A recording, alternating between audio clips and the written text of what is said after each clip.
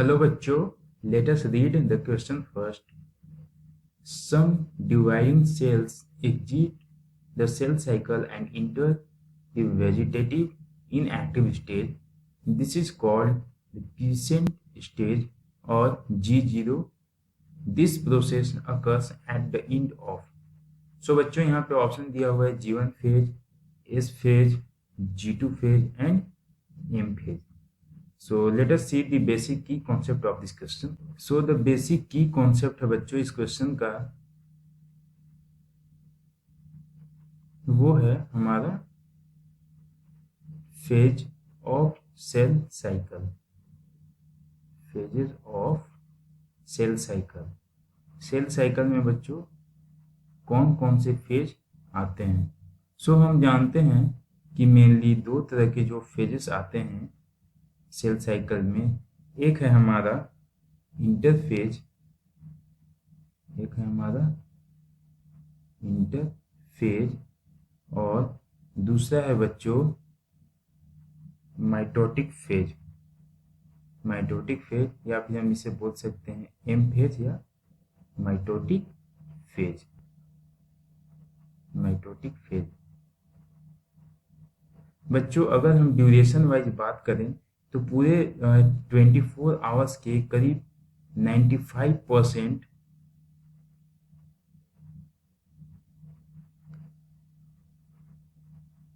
जो ड्यूरेशन है वो हमारा इंटरफेज का होता है और जो रेस्ट ऑफ द 5% है बच्चों वो माइटोटिक फेज या फिर एम फेज में सेल रहता है. सो बच्चों अगर हम बात करें यहाँ पे इंटरफेज के बारे में, सो इंटरफेज फर्दर डिवाइड होता है कुछ इसके सब पार्ट में.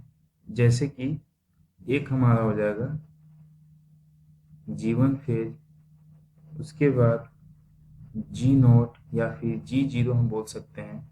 उसके बाद बच्चों एस फेज और लास्ट में आता है G2 फेज. ठीक है बच्चों. अब अगर हम ठीक उसी तरह से जो एम फेज है हमारा, अगर इसको डिवाइड करें तो इसमें बेसिकली आते हैं प्रोफेज. प्रोफेज के बाद इसमें आता है बच्चों मेटाफेज. मेटाफेज के बाद आता है बच्चों प्रोफेज, मेटाफेज, देन एनाफेज और लास्ट में क्या आता है बच्चों टेलोफेज. ठीक है. सो ये इसके जो चार पूरे ड्यूरेशन इन्हीं में डिवाइड होता है. प्रोफेज, मेटाफेज, एनाफेज और टेलोफेज. वहीं अगर इंटरफेज की बात करें तो वो है हमारा G1, G0, S और G2. अब बच्चों अगर हम क्वेश्चन वाइज देखें कि हमसे पूछता है कि जो G0 का स्टेज जिसे कि हम क्विसेंट स्टेज भी बोल रहे हैं, ठीक है, तो वो हमारा किसके बाद इंड हो रहा है, किसके बाद इंड हो रहा है. सो अगर हम यहाँ पे देखें G0 जो ये स्टेज है बच्चों वो किसके बाद इंड हो रहा है G1 के बाद. सो यहाँ पे हमारा करेक्ट आंसर जो है वो तो option number 1 that is G1 phase हो जाएगा. ठीक है. सो आइए थोड़ा सा हम जानने की कोशिश करते हैं कि जो ये हमारा G1 फेज है, G1 फेज इसमें होता क्या है.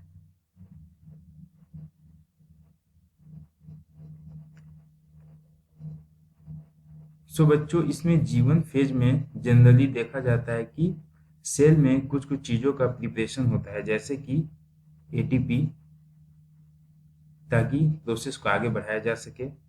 उसके बाद अमाइनो एसिड, इसके अलावा बच्चों न्यूक्लियोटाइड भी. ये सारे के सारे बच्चों जो फॉर्म होते हैं ये बन के एक्चुअली रेडी करते हैं सेल को इस तरह से कि वो बाकी के जो डिवीजन में जा सके, एस फेज में जा सके, G2 फेज में जा सके, एम फेज में जा सके और सेल का डिवीजन हो. ठीक है. और जो बच्चों इसके बाद आने वाला जो स्टेज है वो हमारा जी नॉट या फिर हम G0 स्टेज भी बोल सकते हैं। तो G0 स्टेज में क्या होता है, ये बच्चों इसमें नॉन डिवाइडिंग सेल्स होते हैं। दैट मीन्स कि सेल जो होते हैं वो डिवाइड नहीं करते हैं, नॉन डिवाइडिंग सेल्स, ठीक है, जो होते हैं वही इंटर कहते हैं किस में, G0 स्टेज में। मतलब कि G0 स्टेज में जो सेल हैं वो डिवाइड नहीं करते हैं। एक्चुअली वैसे तो वे एक्टिव होते हैं, मेटाबॉलिकली एक्टिव, ठीक है, सो दे आर एक्टिव होते हैं मेटाबॉलिकली, बट डिवीजन नहीं हो पाता है। क्यों नहीं हो पाता है बच्चों? देखिए, एक्चुअली G0 के केस में भी कभी कभी डिवीजन होता है, बट वो सब सिर्फ इमरजेंसी केस में, जैसे कि अगर बॉडी को सेल्स की जरूरत है तो उस केस में जो ये नॉन डिवाइडिंग सेल्स होते हैं वो फर्दर डिवाइड करते हैं, और G0 के बाद वो बाकी के जो फेज हैं जैसे कि S फेज और G2 फेज, इनमें जा करके सेल को डिवाइड करते हैं और मल्टीप्लाई करते हैं, ठीक है। सो अगर हम देखें बच्चों, यहाँ पे जो हमसे पूछता है कि जो G0 स्टेज है या फिर हम इसे क्रिसेंट स्टेज जो बोल रहे हैं, ये किसके बाद आता है, किसके इंड में आता है, ठीक है, तो वो हो जाएगा हमारा option number 1, that is G1 phase.